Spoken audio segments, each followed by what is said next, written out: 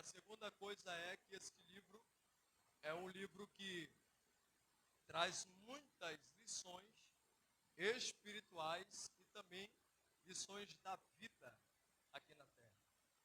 Então essas duas coisas é importante para você entender o que nós acabamos de ler. E quando nós falamos do escritor chamado Salomão, nós falamos de uma pessoa que Deus se revelou para ele e disse: pede o que tu quiseres e eu te darei. Esse homem foi um homem tão inteligente, ainda não tinha a sabedoria do mundo, mas ele foi tão inteligente que ele poderia ouvir a proposta de Deus, lhe perguntando dele o que ele quisesse receber, que Deus daria, mas ele não pediu riqueza, ele não pediu ferramentas para enfrentar o adversário. Lembrando que esse tempo é o tempo da monarquia, o tempo dos reis, aonde eles imperavam. Inclusive Salomão, que é o escritor desse livro, ele agora está na responsabilidade de assumir um compromisso com o povo de Israel para reinar no lugar do seu pai Davi. O seu pai Davi, que outrora reinava e era quem estava em evidência diante do povo de Israel, mas agora o seu pai, já estando velho e não tendo mais capacidade de levar o povo de Israel ou dar continuidade no seu reinado, a Bíblia diz que agora ele vai criar um projeto. E o desejo do coração de Davi, olhe para cá, o desejo do coração de Davi é que ele construísse um templo para o Senhor com as suas próprias mãos. Mas Deus olhou para Davi e lhe interrompeu ao ponto de dizer: você não pode de maneira nenhuma construir um templo para mim, porque as tuas mãos estão cheias de sangue. E Deus disse: mas não tenha isso como algo desagradável, porque através de ti vai vir um filho e ele vai fazer o que tu não pode fazer. E esse é Salomão. E nós conhecemos muito bem a história de Salomão quando diz que Salomão agora assume esta responsabilidade de reger essa nação, de guiar esse povo, de governar Israel. E diz a Bíblia que quando Deus lhe apresenta, quando Deus se revela a ele, Deus apresenta a ele uma lista, como espiritualmente dizendo, uma lista do que ele poderia pedir e Deus ia entregar. Podemos colocar aqui na lista, se ele fosse pedir, carros e cavaleiros, para que o seu exército fosse mais potente, mais poderoso. Ele poderia pedir também poder, ele poderia pedir riqueza, mas nada disso Salomão pediu. Mas ele foi inteligente em dizer: dai-me sabedoria para que eu governe e reja esse povo. Deus olhou para Salomão e disse: já que tu não me pediu exército, não me pediu armas potentes, já que tu não me pediu riqueza, tudo isso eu vou te dar por causa que tu pediu sabedoria. E a Bíblia diz que depois que ele pede sabedoria, agora Salomão, ele vai ser responsável por escrever o livro de Eclesiastes, Provérbios e também Cantares, ou Cântico dos Cânticos. Quando nós olhamos para esse personagem bíblico, que é tão conhecido na Bíblia Sagrada e também para nós, hoje aqui na nossa geração, não é muito difícil entender o que ele quer dizer no capítulo 10. Porque o capítulo 10 vai revelar para nós que Deus, em sua onipotência, ele trabalha da forma que ele quer. Amém ou não? E diz a Bíblia que Deus dá esta sabedoria a Salomão e ele vai trazer para nós uma lição que é muito interessante. E eu vou frisar aqui para nós começarmos nessa introdução, no versículo de número 10, que nós acabamos de ler. E eu quero justamente falar sobre algumas verdades que está dentro desse versículo. que talvez para você esteja oculto ou você não tenha enxergado ainda, ou até mesmo não tenha entendido esse texto ou esse versículo que nós acabamos de ler, mas daqui para o final você vai entender. A Bíblia diz que se o machado está cego, ele não está amolado, ou, como na minha tradução diz, ele não está afiado.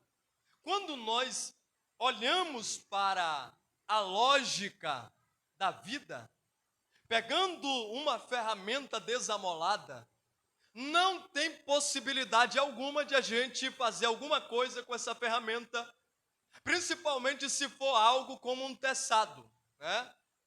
Não dá para a gente cortar coisas, não dá para a gente fazer um serviço com excelência, sim ou não? Então é mais ou menos assim, Salomão com sabedoria, ele está dizendo: se o machado está cego é porque não foi amolado. Isso aqui é muito simples de você entender, eu já vou aplicar na tua vida. Só que ele vai continuar dizendo: é preciso golpear com mais força. Ele está usando aqui uma figura, para um bom entendedor, não é uma figura de uma faca e nem muito menos de um teçado, como eu usei como exemplo aqui, que também pode ser afiado e amolado também, para fazer algum serviço. Mas ele está usando aqui uma linguagem figurativa que dá para a gente entender que é um machado. Diga comigo, machado. Por que o machado, pastor? Porque o machado era muito útil na época para cortar árvores. Eles cortavam árvores e faziam casas com árvores. Então, no tempo do Neotestamentário ou do Antigo Testamento, a gente consegue perceber que nessa época era muito útil essa ferramenta chamada machado, porque eles faziam muitas coisas para construção, muitas coisas como a embarcação. Lembramos também do homem chamado Noé. Noé também provavelmente usou essa ferramenta chamada machado, porque não tinha possibilidade de fazer uma embarcação ou uma arca daquele tamanho se não tivesse uma ferramenta dessa. Quem me entende, diga amém. Mas só que a Bíblia diz que esse machado, se não está afiado, ele vai estar cego. Diga comigo, cego. Por que, pastor, machado cego? Ele é preciso a gente colocar mais força para golpear. E qual é a lição dentro disso? Qual é o propósito que nós temos que entender dentro disso? É que você precisa entender que existem situações que você está colocando muita força, você está botando muita força e você não está conseguindo resolver, porque a questão às vezes não tem nada a ver com força, às vezes é falta de sabedoria. Por quê, pastor? Porque algumas situações não se resolvem com força. Enquanto você estiver voando aí, você não vai pegar a palavra. Amém ou não? Aí, tem gente que pega algumas situações e diz: eu vou resolver com a força. É a mesma coisa de você usar o machado desamolado. Eu vou ser bem breve nisso aqui, porque tem uma palavra no teu coração. A gente precisa entender que nem tudo é com força. Às vezes a situação é tão simples de resolver, mas por falta de sabedoria nós não temos a direção e a solução para ela. Então a gente precisa entender que às vezes a sabedoria nos dá a direção de resolver situações sem colocar força,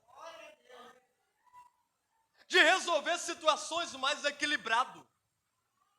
Eu vou dar um exemplo aqui, porque tem gente tem crente, né? Estou pregando para crente. Tem crente que ao invés de resolver com sabedoria na oração, quer partir para briga. Sumiu, glória a Deus, né? Tem crente, irmão, que ao invés de resolver na oração desabafar para Deus, vai desabafar na rede social. Vai colocar hashtag tô desanimado, hashtag tô chateado, hashtag sentindo-se angustiado. Diga aí para quem está do teu lado: tenha sabedoria. Porque a sabedoria vai nos dar direção para resolver coisas que podem ser até grandes nos teus olhos. Mas com a sabedoria você simplesmente vai fazer algo que é inusitado. talvez alguns até duvidem como é que você vai resolver essa situação. Só que eu quero que você entenda que não tem braço forte, não tem mão humana, não tem inteligência humana. O que você precisa é de sabedoria. Pastor, o que é sabedoria? Sabedoria é diferente de inteligência. Porque inteligência é quando você monta algumas estratégias. Mas só quem tem sabedoria tem a direção certa. Porque às vezes a tua inteligência vai te dar a capacidade de você fazer algumas estratégias para resolver alguma situação. Mas nem sempre a estratégia que a tua inteligência dá para você fazer e resolver, nem sempre vai dar certo. Quem me entende, diga glória a Deus. Mas a sabedoria que vem do alto, que vem de Deus, vai te dar direção. E essa não vai te dar o norte errado, essa vai te dar o norte certo. É ao ponto de você entrar numa situação, sem dúvida, você vai entrar e você vai ter a resposta certa, você vai entrar pela porta certa. Quem me entende, dá um brado de glória. Sabe qual é o nosso problema? É que a gente coloca muita dificuldade e nós só estamos colocando dificuldade naquilo que não tem nada a ver com isso. Quem coloca muita dificuldade em situações que Deus coloca para diante de você para resolver, às vezes você não precisa de inteligência, você só precisa da sabedoria que Deus te dá. Por quê, pastor? Porque tem gente que tem uma boa faculdade, tem gente que tem diploma na parede, tem gente que tem anel no dedo, mas tem inteligência, mas não tem a capacidade de resolver problemas, porque só a sabedoria vai te dar isso. Então qual é o problema, pastor? O problema da nossa geração é que eles estão com a ferramenta desamolada. Eu quero entrar nisso aqui. Você já percebeu como é que o ferreiro ele faz a ferramenta? Ele pega um ferro. E esse ferro aí, ele não tem forma. Quem me entende? Ele pega um ferro, antes de ser ferramenta, é um ferro qualquer.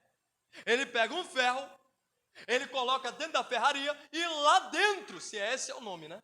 E lá dentro ele vai colocar no fogo e vai começar a bater com o martelo. Para que ele bate no fogo, pastor? Para dar forma. Já tem gente que entendeu isso aqui. Ele bate no ferro para dar forma e ainda no fogo. Por quê, pastor? Porque ferro é diferente de barro. O barro é pego de algum lugar, em uma ilha, o oleiro pega, escolhe, e ele, olha o processo como é diferente. Ele pega na ilha, escolhe o barro, e ele leva para dentro da olaria. Quando ele leva para dentro da olaria, a primeira coisa que o oleiro vai fazer, no primeiro processo, antes de transformar no barro, ele vai tirar todas as impurezas. Depois, ele vai começar a amassar com o pé. E depois de ter amassado o barro, ele vai colocar na roda, que é o instrumento de formar o vaso. E depois de ter tirado a impureza, depois de ser pisado, agora vai ser moldado com a mão do oleiro. Isso vai dar forma. Só que o ferro é diferente. O ferro é com a mão, mas usando o martelo. Ou seja, para se fazer uma ferramenta, existe outra ferramenta na mão de um ferreiro. Eu vou melhorar isso aqui. Para fazer uma ferramenta, precisa de uma outra ferramenta na mão do ferreiro. Diga para quem está do teu lado. Até para você evoluir, você precisa de mim e eu preciso de você. Por quê, pastor? Porque o ferreiro vai pegar um martelo muito grande e ele começa a bater no ferro, que agora vai começar a criar forma para se transformar numa ferramenta também. Só que toda ferramenta ela tem a sua utilidade, sim ou não? Tem uma ferramenta que ela é útil para abrir coisas e outras ferramentas são úteis para cortar coisas. Só que é o machado que é feito pelo ferreiro, quando cria forma, aonde é que o ferreiro vai amolar? Continua batendo no ferro. Deu forma, ele continua batendo. E agora onde que ele vai amolar, pastor? Quando está muito quente, ele pega, ele coloca na água, e agora ele coloca numa espécie de serra. E ele começa a amolar essa ferramenta. O que eu quero que você entenda? Por que a ferramenta, mesmo tendo forma, mesmo tendo uma aparência boa, Mas por que ela não tem utilidade se antes não ser amolada? Porque se você pegar uma ferramenta que ela seja boa, bonita, de aparência, a estética seja legal, mas se você for utilizar ela, se ela não tiver amolada, ela não serve para nada. E além disso, tem gente que vai colocar força. Você pegar uma ferramenta como um machado que ele está colocando aqui, e começar a bater numa árvore desamolado, você vai ter que usar força dobrada. E aí o trabalho vai ser maior, a dificuldade vai ser maior. E talvez você não tenha nem resultados. Tem gente que é assim. Tem gente que tem a ferramenta, mas ainda não forjou essa ferramenta para utilizá-la. E como é que é isso, pastor? Para esta ferramenta ser útil, precisa passar pela mão do ferreiro. Mas só que os processos, às vezes, para essa ferramenta dar certo, funcionar ou se tornar útil, para um serviço, ela precisa ser amolada. Você precisa entender isso aqui. Uma ferramenta amolada, você não precisa usar muita força. Uma ferramenta amolada, você só precisa utilizá-la. Sabe por que tem gente que Deus não usa? Porque ainda não está forjada. E acredite, essa expressão forjar é a expressão que o ferreiro usa. Porque forjar é isso, é colocar no fogo e bater. É colocar no fogo e fazer ela se tornar uma ferramenta útil. Então tem gente que não está sendo usado por Deus da forma que Deus se agrada, porque ainda não passou pela parte da forjação. Ainda não começou a ser forjado. Só que eu preciso que você entenda uma coisa. Ele diz, é preciso golpear com mais força, porque a lâmina não foi afiada e está cega. Mas agir com sabedoria assegura o sucesso. Sabe o que é isso? Salomão está falando do preparo. Salomão está falando o quê? Está falando o quê? O que é preparo, pastor? É aquele tempo que você investe para você ter capacidade para quando a porta abrir você está pronto. Sabe qual é o mal da nossa geração? O mal da nossa geração que não ora, não lê a palavra e quer pregar. O mal da nossa geração é que não se prepara e quando Deus abre uma porta de emprego boa, não está pronto para entrar. E existem coisas que acontecem assim, às vezes as oportunidades são únicas. Acredite. Enquanto o processo é toda hora, acontece a hora que você quiser entrar, as oportunidades são diferentes. Então, quanto mais você demora para passar pelo processo de ser forjado, pelo processo do preparo, você nunca vai atingir o nível que Deus quer, que Deus se agrada, para começar a fazer aquilo que Ele quer. Porque a vontade de Deus é que você passe pelo processo. Só que tem gente que quer pular essa etapa do processo, varão. Tem gente que não aceita o processo por causa do processo ser um pouco doloroso. Por quê, pastor? Porque no processo com Deus é mais ou menos assim. Deus vai arrancar o que não presta e vai deixar o que serve. Como é que é isso, pastor? Eu nunca entendi essa tua frase. Eu vou melhorar. Quando no processo Deus arranca o que não presta de nós e só deixa o que serve, é Deus dizendo assim, essa coragem que você era lá fora para bater em alguém, eu vou usar, mas para o diabo aqui. Para você bater de frente com o teu inimigo. Porque tem gente que era corajoso lá, mas quando chega aqui parece que é um gato na frente do diabo. Tem medo de macumba, tem medo de feitiçaria, tem medo de olho grande, tem medo de inveja. Sumiu, glória a Deus, né? Só que Deus está dizendo, é necessário você passar por este processo. Porque é no processo que você vai se preparar.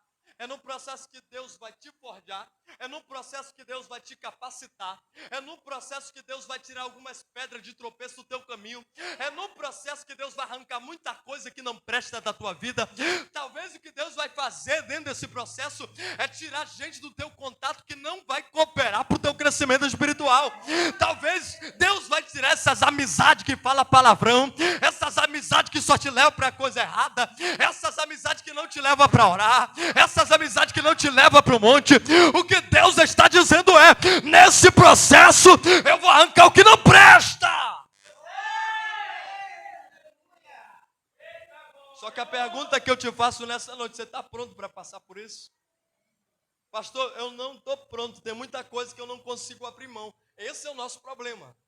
O nosso problema, às vezes, é achar que o processo depende da nossa vontade. Nem sempre. Por quê, pastor? Porque, às vezes, Deus tem algo que não tem com o teu irmão daí do lado, que ele vai apressar. E se você não quiser, ele vai preparar uma situação e vai te pegar lá. Quem me entende, diga amém. Porque existem pessoas que têm chamada, têm promessa. Tem gente que é escolhido, mas ainda está no mundo. Ainda está fazendo o que é errado, ainda está perdido. Aí Deus está dizendo, nem que eu tenha que te colocar no leito, mas eu vou te colocar, mas eu não perco você. É o que Deus está dizendo. Então, a nossa vida, às vezes, é como uma ferramenta na mão do ferreiro. Tem gente que está sentado no banco, mas você precisa entender, todos aqui são ferramentas que estão na mão de Deus. Você só precisa aceitar o processo. Você só precisa entrar nesse processo. Porque nesse processo Deus vai moldar o teu caráter. Nesse processo Deus vai mudar a tua conduta. Nesse processo Deus vai mudar o nosso comportamento. Nesse processo Deus vai mudar algumas atitudes nossas que não contribuem para a nossa vida espiritual saudável. E o que Deus está dizendo não te preocupa se você diz, pastor, eu sou fraco, eu não tenho, é desses que Deus gosta. Pastor, eu não tenho força, eu não tenho capacidade, não consigo ter vontade de ir para a igreja, não consigo ter vontade de orar, não tenho força para buscar a presença de Deus, e talvez eu estou pregando para alguém que um dia esteve no altar, talvez um dia cantou aqui, talvez um dia pregou, falou de Jesus, já ouviu a palavra, conhece as escrituras, e o que Deus está dizendo calma, porque tem um tempo determinado que eu vou te pegar, que eu vou trabalhar no teu caráter, que eu vou mudar a tua história. Quem me ouve, diga glória a Deus. Eu amo esse livro de Eclesiastes, porque é dentro desse livro aqui que nós temos a nossa mentalidade mudada acerca de algumas questões da vida. Porque eu disse aqui duas coisas que nós precisamos para entender esse livro. Primeiro, quem é o escritor? Salomão. Segundo, a gente precisa entender que este livro fala de lições espirituais, mas também lições da vida. E você precisa entender que enquanto você estiver na terra, você precisa aprender a lidar com as coisas da terra. O apóstolo Paulo disse assim, não quero, irmãos, está escrito, não quero, irmãos, que vocês andem com quem faça o que é errado. Vamos resumir. Só que ele diz, eu não digo com os que estão aí do mundo, mas eu digo com aqueles que se dizem irmãos e fazem o que é errado. Porque de outra forma teríamos que deixar esse mundo. Então, às vezes o que a vida exige de nós é um pouco de maturidade. Por quê, pastor? Porque a gente acha que muitas vezes a vida só vai nos receber com aplauso. A gente fica aí com esse mimimi, dizendo que por que ninguém gosta de mim, por que ninguém me ama, por que ninguém me aceita, porque eu só sou excluído. Você primeiro precisa entender que você foi escolhido para ser diferente de outros. E quem foi escolhido para ser diferente nunca vai ser igual. Ainda bem que você está aqui hoje. É por isso que tem gente que se incomoda. Por que ele anda assim? Por que ela anda assim? Por que ele fala? Por que o comportamento dele é diferente, dela é diferente? É porque a gente vive na terra, mas nós andamos como quem é do céu. Então o maior problema é que quando nós se deparamos com esse livro, de alguma forma nós somos confrontados. Por quê, pastor? Porque a nossa tendência aqui na terra é sempre viver uma vida acomodada, na regalia. Isso aqui é tão interessante porque o evangelho não te muda para você viver no acomodismo. Você não vem para a cruz, para Deus, para os teus problemas acabarem aqui na terra. Diga para quem está do teu lado, você precisa ter maturidade para entender que além de todo mundo ter problemas, diga, se você for crente, os problemas não vão acabar. Olhe para cá. Por que os problemas não acabam? Primeiro, você está na terra. Na terra todo mundo tem problema, sim ou não? Então não é porque a gente é crente que a gente vai andar na asa do querubim e não vai enfrentar problemas. Então nós estamos na terra. Enquanto estamos aqui, a vida vai nos apresentar pressões. A vida vai nos apresentar propostas que talvez nos afaste de Deus. A vida não vai nos receber com flores. Quem me entende? Então nós precisamos entender que às vezes, estando aqui na terra, é preciso muita maturidade para entender. Eu sou crente, peraí, mas o fato de eu ser crente, Deus não vai isentar os problemas de mim. Um exemplo aqui na Bíblia é que Jesus, certa feita, eu vou falar de Jesus. Jesus estava no barco com os discípulos, sim ou não? Eu vou repetir, Jesus estava num barco com os discípulos, sim ou não? Enquanto Jesus estava no barco com os discípulos, uma grande tempestade apareceu. O vento contrário começou a vir. E eles começaram a parar no meio do mar. Na madrugada, mas Jesus está no? Estão com os discípulos. Os discípulos estão com ele. Sabe o que Jesus vai fazer? Jesus vai dar um sono. Jesus vai dar um cochilo no meio de toda essa situação. Qual é a lição que Jesus dá pra gente? É que quem tem propósito dorme no meio da tempestade. Segunda coisa, Jesus está dormindo no meio da tempestade e os discípulos estão apavorados. Eles estão gritando de pavor, de medo. Porque o vento está ao contrário. Mesmo que eles tenham experiência com a pesca e com o mar, eles não conseguem achar um controle para o barco, para a embarcação. Eles não conseguem achar um escape. Eles não conseguem encontrar uma solução para eles se livrar daquele problema. E é por isso que eu digo, Jesus estava com eles, sim ou não? E por que o problema ainda estava acontecendo? Se Jesus está com eles, por que o problema acontece? Se Jesus está presente, por que o vento contrário ainda chega? Por que os problemas ainda acontecem contigo? É porque o fato de Jesus estar no barco contigo não te isenta dos problemas da vida. Então tenha maturidade. Para com esse mimimi de ser Nutella e de começar a reclamar da vida e dizer: ninguém me ama, ninguém gosta de mim, só eu que vivo o problema. Eu gosto da antiga geração porque a antiga geração era uma geração que colocava apelido e não entrava em depressão. Né? A antiga geração, irmão, é maravilha. Porque a gente precisa muito compreender algumas verdades. Que nem toda situação é para te matar.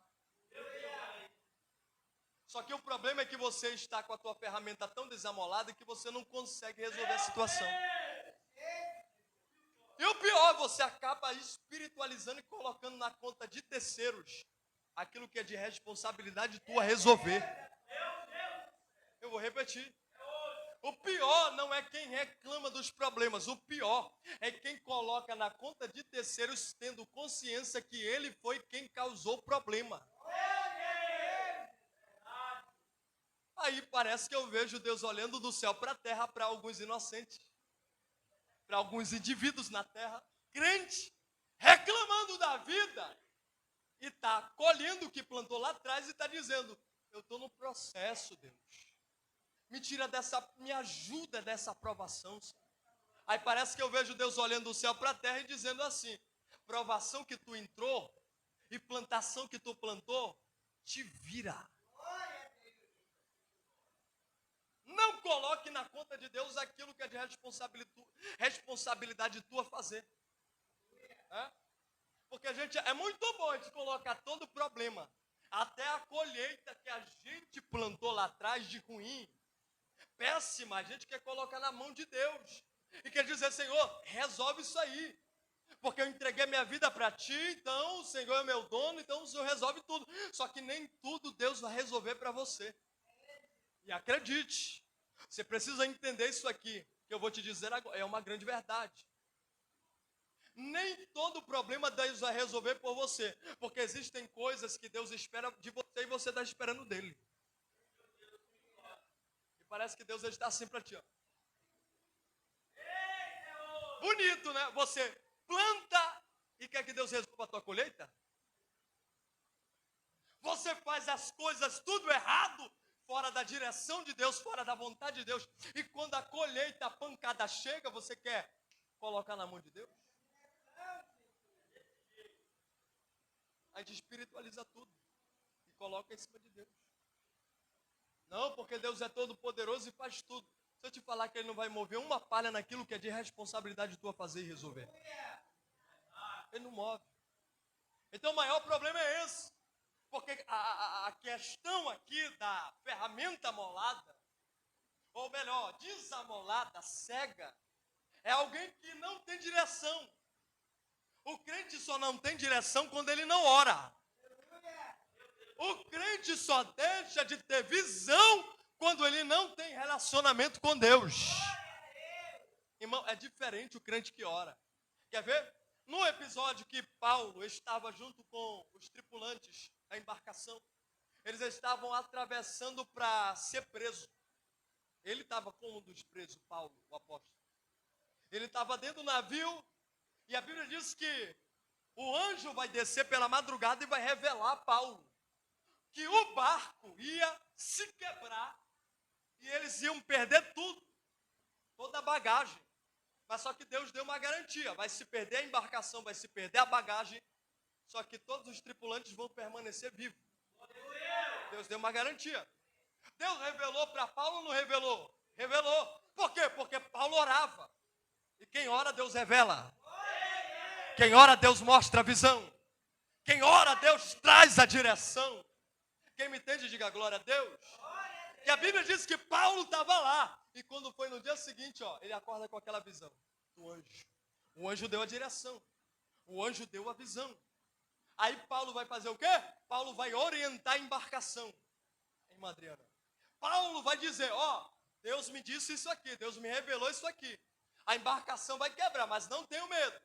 Se vocês ouvirem a minha orientação, todos permanecerão vivos. Sabe o que aconteceu? Quem não ora, quem é incrédulo, olhou para o apóstolo Paulo, Ronald, e disse bem assim, tu tá doido? Tu tá louco? Tá tudo tranquilo aqui, tu acha que vai ter vento para quebrar e destruir essa embarcação? Duvidaram de Paulo. Só que Paulo ficou em silêncio, calado, sabendo que o Deus que revelou a ele ia fazer o que havia mostrado para ele. Aí sabe o que vai acontecer? Um vento, ou melhor, um furacão chamado Euraquilão. Está escrito em Atos. Um vento chamado Euraquilão, que é um furacão muito forte. Ele veio em encontro à embarcação que todos estavam. Sabe o que aconteceu? Aquilo que Deus havia revelado para o apóstolo Paulo. Quebrou tudo. Perdeu-se tudo. Eles estavam em alto mar. Eles estavam naufragando. Eles foram salvos por pedaços de madeira da embarcação que quebrou. Eles estavam lá, olhando para Paulo, e parece que eu vejo alguém que era incrédulo, que duvidou do que Deus revelou para Paulo, dizendo, esse homem não era louco não. Esse homem aí, Deus falou com ele mesmo. Você precisa entender uma coisa, irmão. Deus dá direção para quem ora. E além de dar direção para quem ora, Deus vai te usar para orientar outros. Mas a gente precisa entender como ter uma ferramenta molada. Isso é uma vida espiritual ativa, uma vida espiritual afiada e pronto para resolver qualquer bagaceira que o mundo ou a vida nos apresente. É através da oração. Vida de oração tornam homens mais fortes do que exércitos de pé. Só uma pessoa pegou, mas eu vou repetir de novo. Sabia que uma vida de oração, ou um homem de oração, já dizia, né? Aquela rainha, né? Não sei se ela é britânica, né? Aquela rainha britânica, ela diz que um homem de joelho é mais forte do que um exército de pé. Então olha aí para quem está do teu lado, diga, é tempo. Não, está muito fraco. Seja profeta e diga, é tempo de amolar a ferramenta. Diga, é tempo de orar, de buscar, de andar com Deus. Diga, porque nesse tempo de preparo, Deus vai te capacitar com dons espirituais.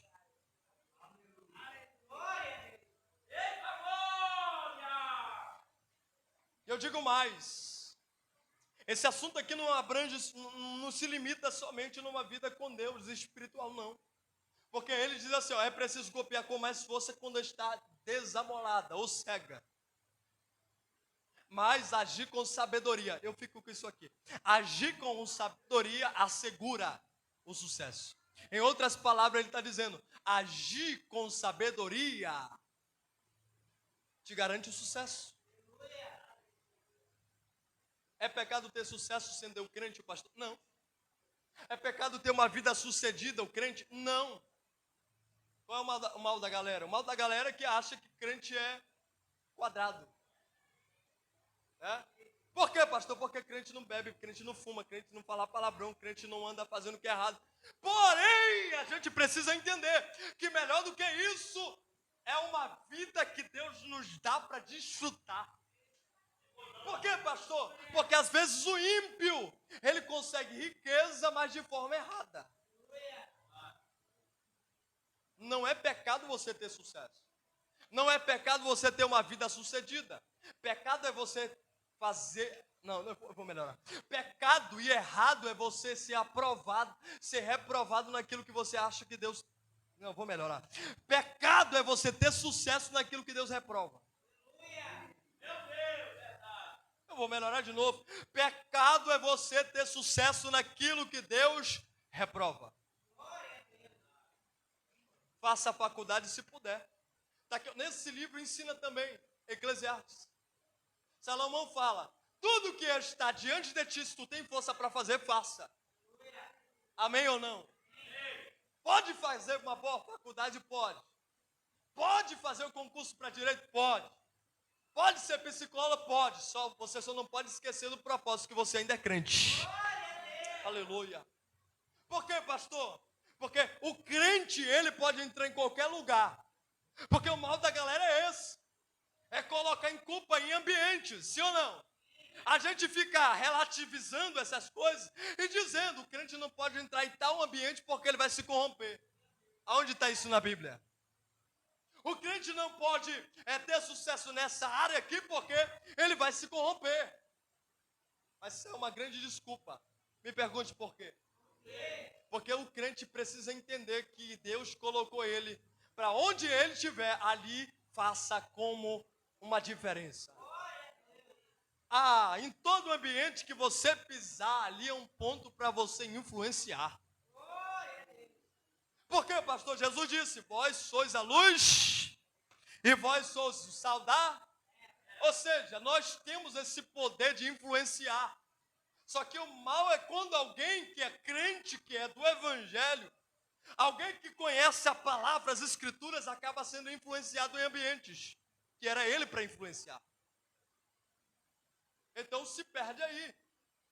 Enquanto você não entender qual é o teu propósito, você vai ser advogado corrupto.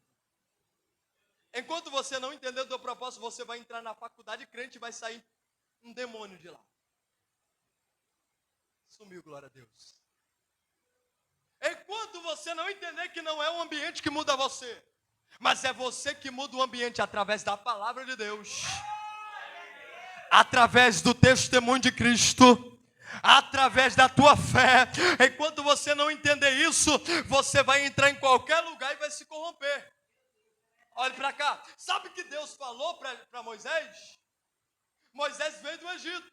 Moisés cresceu lá. Mesmo ele não sendo hebreu, mesmo ele não sendo criado no meio dos hebreus e tendo sangue de hebreu, ele foi criado lá no Egito. E o que significa o Egito para nós? Na linguagem cristã, na linguagem dos crentes, o Egito é o mundo. Amém ou não? O Egito é aonde O diabo apresenta todo tipo de coisa que não presta e vai te afastar de Deus. Então, já que o Egito representa o mundo, é a representativa do mundo, Moisés sai de lá. Deus chama Moisés. Deus capacita Moisés. Deus dá a direção a Moisés. Mas sabe o que ele vai fazer? Volta lá para da onde tu veio. Da onde, Senhor? Para o Egito. O que tu vai fazer lá? Só que tu vai para lá e tu não vai se adaptar de novo às culturas do Egito. Tu não vai voltar para lá com a mesma mentalidade de egípcio. Tu não vai voltar para lá com o mesmo comportamento de egípcio. Tu não vai voltar para lá com as mesmas atitudes velhas, com as mesmas mazelas. O que Deus está dizendo é, tu vai voltar para lá agora transformado, forjado, como uma ferramenta pronta. Porque, pastor, quando voltar lá, a gente hoje em dia, Deus leva Moisés para lá, onde tinha toda a bagaceira do Egito, e ele volta para lá para quê, pastor? Para mostrar que quem está com ele é o grande eu sou. E aí, pastor, o que isso muda? O que muda é que Moisés pisa num ambiente onde ele fazia o que era errado agora para fazer o que é certo. Tem gente que Deus vai tirar do bar e quando você voltar para lá não é mais para beber. Quando você voltar lá, você vai vir com uma palavra para mudar a vida deles. Quando você voltar lá, você vai vir com um panfleto na mão dizendo: Jesus cura, Jesus salva, Jesus liberta. Eu estou pregando para uma geração que ainda vai ser forjada, preparada por Deus.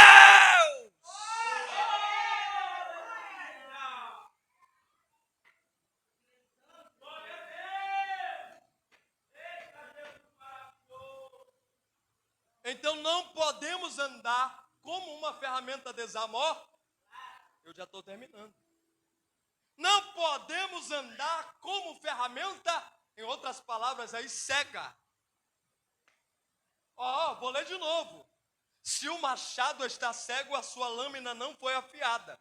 É preciso golpear com mais força, mas agir com sabedoria assegura o sucesso.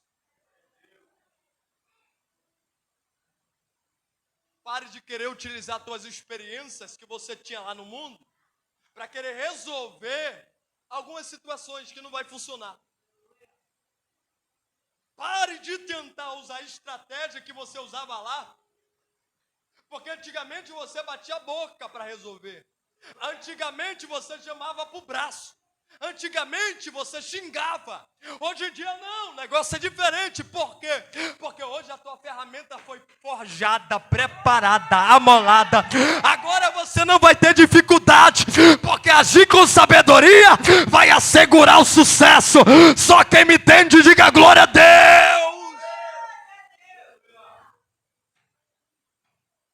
Sabe por que você ainda enfrenta dificuldade para resolver alguma circunstância? É porque a ferramenta está desamolada. A ferramenta está muito cega.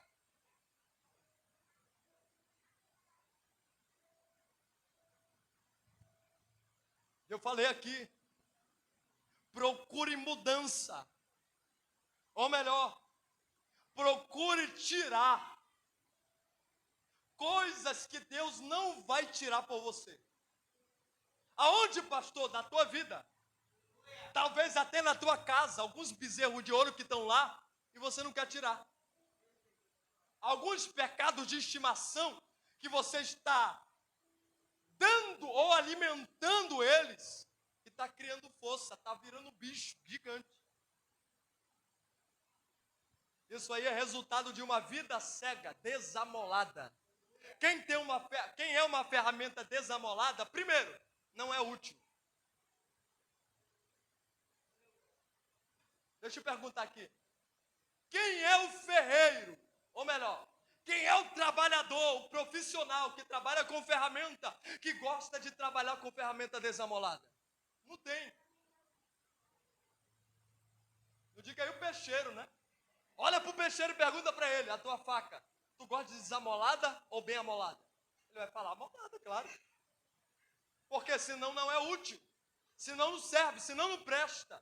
Quem me entende, diga amém. Então olhe para quem está do teu lado. Quer servir? Diga, seja útil primeiro. Porque não dá para servir sem ser útil. A utilidade, ela vem quando você é preparado, forjado, moldado por Ele.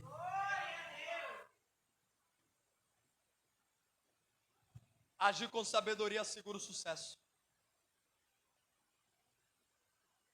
Eu digo mais. A tua vida, tu sabia que ela não se resume na vinda? Ou melhor, na ida, falando para você diretamente. Eu ouvi essa frase, eu gostei. É uma frase que é de efeito e é de um psicólogo. Perdão, do psicanálise, que é o Freud, né? O Freud, ele falou bem assim, que a vida humana, ela não se resume na ida, ela se resume na volta. Olhe para cá para você entender que eu vou aplicar. Por que a nossa vida não se resume na ida, mas na volta? Você já percebeu que quando você vem para o culto, você vem com a tua ferramenta toda desamolada, triste, cabisbaixo, desanimado, mas a tua vida não se resume na vinda. A tua vida vai se resumir na volta, quando o culto acabar. Por que, pastor? Você pode ter vindo de lá carregado. Você pode ter vindo da tua casa debaixo de guerra. Você pode ter vindo da tua casa cheia de luta, dificuldade, cheia de adversidade cercando, a vida te pressionando. Mas eu vim te dar uma notícia: a tua vida não vai te resumir aí. A tua vida vai mudar quando você sair desse culto carregando essa palavra e dizendo: a partir de hoje eu não vou ser uma ferramenta desamolada. A partir de hoje eu vou me preparar, eu vou ser moldado, vou ser forjado. Nem que eu tenha que entrar em alguns processos, eu vou entrar, mas a partir de hoje eu vou trazer mudança. Levante a mão e adore a Ele, quem vai mudar. Fica de pé nessa noite.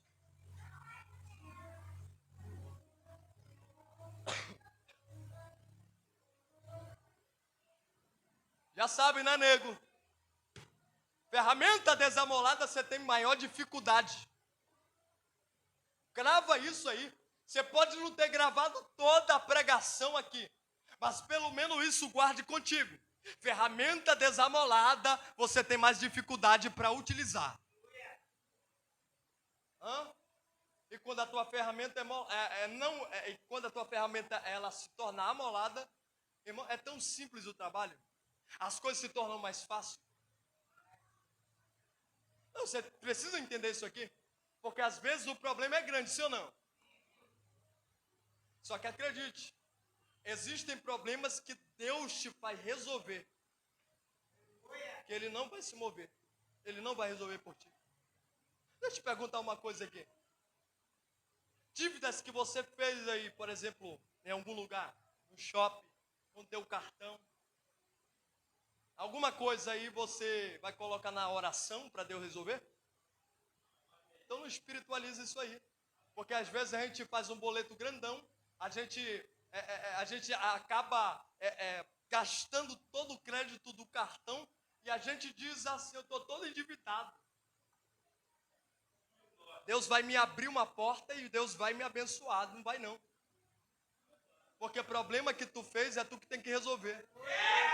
Estourou o cartão, não é a oração que vai resolver. É você trabalhando, fazendo Deus bico que vai resolver. Amém ou não?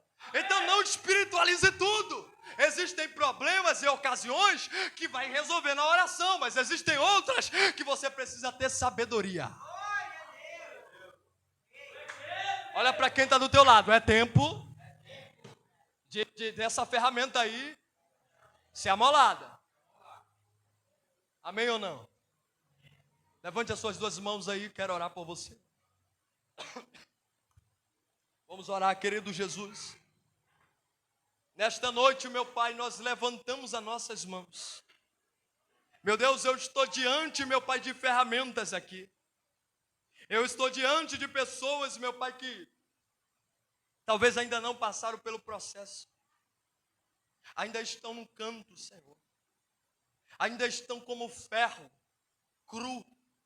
Ainda estão como ferro, Senhor, sem forma. Mas são ferramentas, porque o Senhor não olha como a gente vê. Pode ter sido até um ferro torto. Mas com a ótica do Senhor, nós vemos que não é mais um ferro, é uma ferramenta amolada. Eu quero nesta noite, meu Pai, te pedir pela tua igreja, que o Senhor levante essas ferramentas, meu Pai. Mas antes de levantá-las, prepare, forge elas. Se for preciso, Senhor, como ferreiro, bater, para criar forma, Senhor, para moldar, faça isso. Mas não deixe que nenhuma ferramenta se perca, Senhor. Porque eu acredito, meu Pai, na minha geração. Eu acredito, meu Pai, que esta geração será uma geração, meu Pai, de ferramentas amoladas. Ferramentas úteis, Senhor, para o trabalho e o serviço da tua obra. E em nome de Jesus, Pai, nesta noite eu quero te pedir, dá sabedoria para o teu povo. Pois a tua palavra nos afirma que a sabedoria, ou agir com sabedoria, nos assegura o sucesso. Não somente, Senhor, na nossa vida financeira, mas em todas as áreas da nossa vida, que possamos ser ferramentas amoladas. Que em tudo a tua igreja venha ter sucesso, venha ter êxito. Que em tudo a tua igreja venha prosperar, venha crescer, venha ter sucesso. E eu quero profetizar, meu Pai, no nome de Jesus sobre a tua igreja, as mais altas bênçãos do céu, meu Pai. E eu declaro, meu Pai, no nome de Jesus, segundo a legalidade que me foi confiada no mundo espiritual.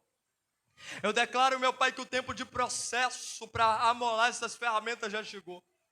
E nós estamos entrando hoje, Senhor. Assim como nesse tempo, meu Pai, no ano de 2024, para esta igreja é um ano profético, o ano do alinhamento. Alinha, Senhor, as ferramentas. Ajusta as ferramentas, Senhor. Vai trabalhando, meu Pai, no caráter. Eu acredito, meu Pai, na minha geração. E em nome de Jesus eu quero te pedir, levanta o teu povo. Levanta, meu Pai, a tua igreja. Levanta, meu Pai, para que eles possam, meu Pai, ser usados em tuas mãos.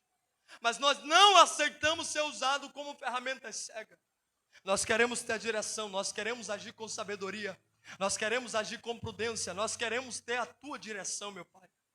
Meu Pai, que os princípios da tua palavra que norteiam a nossa vida possam ser contínuos, Senhor, para que não venhamos tropeçar, para que não venhamos, Senhor, cair na cilada do diabo, para que não venhamos ceder às tentações do adversário.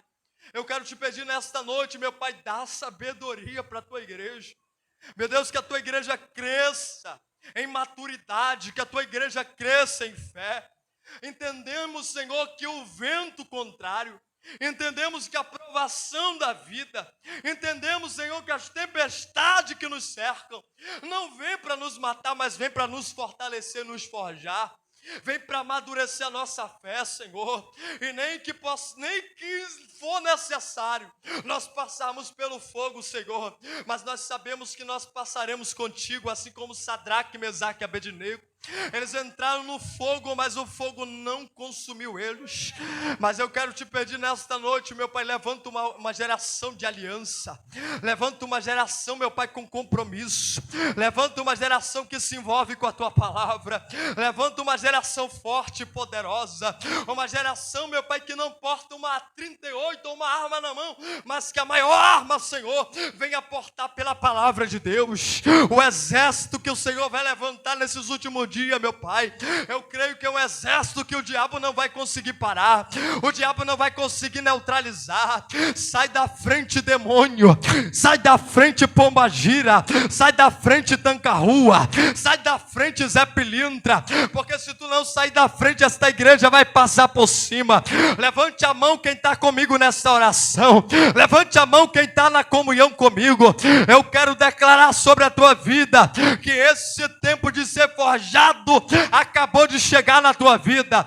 Deus vai te levantar dentro da tua casa, dentro do teu lar, e não tem demônio que vai parar a tua chamada, não tem demônio que vai te paralisar, não tem demônio que vai tocar no teu casamento, não tem demônio que vai impedir a obra de Deus de ser completa na tua vida.